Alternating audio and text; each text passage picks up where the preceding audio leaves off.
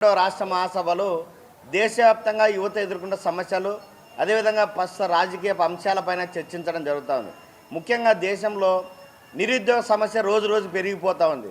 ప్రపంచంలోని యువత మన భారతదేశంలో ఉంది. అలాంటి యువతకు ఉపాధి కల్పించి వాళ్ళకు ఉద్యోగాలు కల్పించి భారతదేశ అభివృద్ధిలో భాగస్వామ్యం చేయడంలో కేంద్రంలో ఉన్న మోడీ ప్రభుత్వం ఘోరంగా విఫలమైంది. ఏడాదికి 2 కోట్ల ఉద్యోగాలు అన్నారు.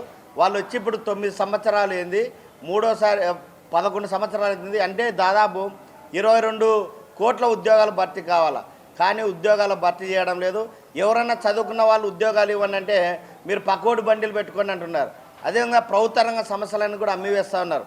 అనేక ప్రభుత్వ రంగ సమస్యలు ఎల్ఐసి, బిఎస్ఎన్ఎల్ ఇలాంటి రంగ సమస్యలను అమ్మేస్తే ఉపాధి ఎలా కల్పిస్తారని మేము ప్రశ్నిస్తూ ఉన్నాం. అందుకోసమే ప్రభుత్వ సహాయంతో ఈరోజు కార్పొరేట్ రంగం పెద్ద ఎత్తున లాభాల్లో కోట్లాది రూపాయలు తీసుకొస్తుంది. మేము కోరుతా ఉన్నాం, కార్పొరేట్ల సంపదను పునఃపంపిణీ చేయండి అంటున్నాం. చాలామంది అంటారు, ఎందుకు వాళ్ళు సొంతంగా సంపాదించారు కదా, వాళ్ళ పునఃపంపిణీ ఎందుకు చేయాలని. పునఃపంపిణీ చేయాల్సిందే. ప్రభుత్వం ద్వారా రాయితీలు తీసుకొని మీరు అక్రమంగా ప్రభుత్వం చెల్లించకుండా మీరు అక్రమంగా ఈరోజు సంపాదించి కరోనా టైంలోనే ప్రపంచ కుబేర్ల స్థాయిలో ఎదిగారు. ఆ సంపద అంతా కూడా ప్రజలది. అందుకోసమే ప్రజలకు పునఃపంపిణీ చేయాలని, అదేవిధంగా ప్రభుత్వ రంగం కూడా ఈరోజు రోజు తగ్గిపోతుంది, ప్రైవేట్ రంగం పెరుగుతుంది. అందుకోసమే ఎస్సీ, ఎస్టీ, బీసీ మైనార్టీలకు రిజర్వేషన్లు ప్రైవేట్ రంగంలో కూడా కల్పించాలని ప్రధానంగా డిమాండ్ చేస్తూ ఉన్నాం. ఈరోజు విభజన నేపథ్యంలో మనకి ఏ ఒక్క కూడా హామీ అమలు కాలేదు. వెనకబడిన ఉత్తరాంధ్ర కానీ రాయలసీమ కానీ పరిశ్రమ రాలేదు. అదేవిధంగా విద్యా వైద్య సమస్యలు రాలేదు.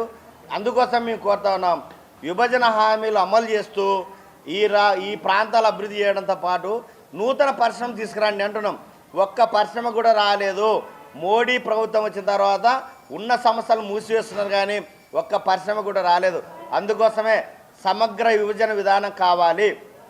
ఈ దేశంలో ఉన్నటువంటి నిరుద్యోగ సమస్య పరిష్కారం కోసం సమగ్రంగా విభజన విధానం, Bhagat Singh national employment guarantee యాక్టుని ఒక యాక్ట్ చేసి ఆ యాక్ట్ ద్వారా ఉద్యోగాలు భర్తీ చేయాలని కోరుతా ఉన్నాం.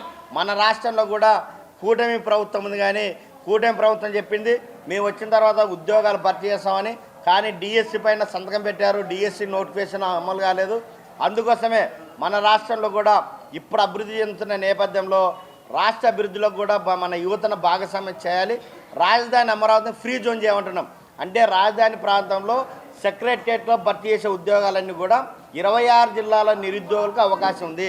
హైదరాబాదు ఫ్రీ జోన్ ఉండేది కాబట్టి అప్పుడు మనకు హైదరాబాద్ సెక్రటరియట్లో కానీ సెంటర్లో భర్తీ చేసే ఉద్యోగాలు అప్పుడు అందరికి రాష్ట్ర వ్యాప్తంగా ఉపయోగపడింది. ఇప్పుడు కూడా అమరావతిని ఫ్రీ జోన్ చేసి అక్కడ భర్తీ చేసే ఉద్యోగాల అవకాశం కల్పించాలని ఈ అంశాలతో పాటు డిస్కస్ చేసుకొని భవిష్యత్ ఉద్యమ కార్యాచరణ శ్రీకాకుళం నిర్ణయిస్తాం. ముఖ్యంగా మత రాజకీయాలు ఈరోజు దేశాన్ని బాగా వాళ్ళు ఓట్ బ్యాంక్ చేస్తూ ఉన్నారు. మత సామరస్యం కోసం, మత రాజకీయాలు వ్యతిరేకంగా యువతకు ప్రాథమిక హక్కులు విద్య, వైద్యం, ఉపాధి అనే హక్కుల పరిరక్షణ కోసం ఏఐఎఫ్గా పోరాటం చేస్తుంది. అందులో భాగంగా శ్రీకాకుళం జరిగే ఫిబ్రవరి 6న జరిగే బహిరంగ సభకు రాష్ట్ర వ్యాప్తంగా నిరుద్యోగులు పెద్ద ఎత్తున పాల్గొని జయప్రదం చేయవలసిందిగా కోరుతా ఉన్నాం.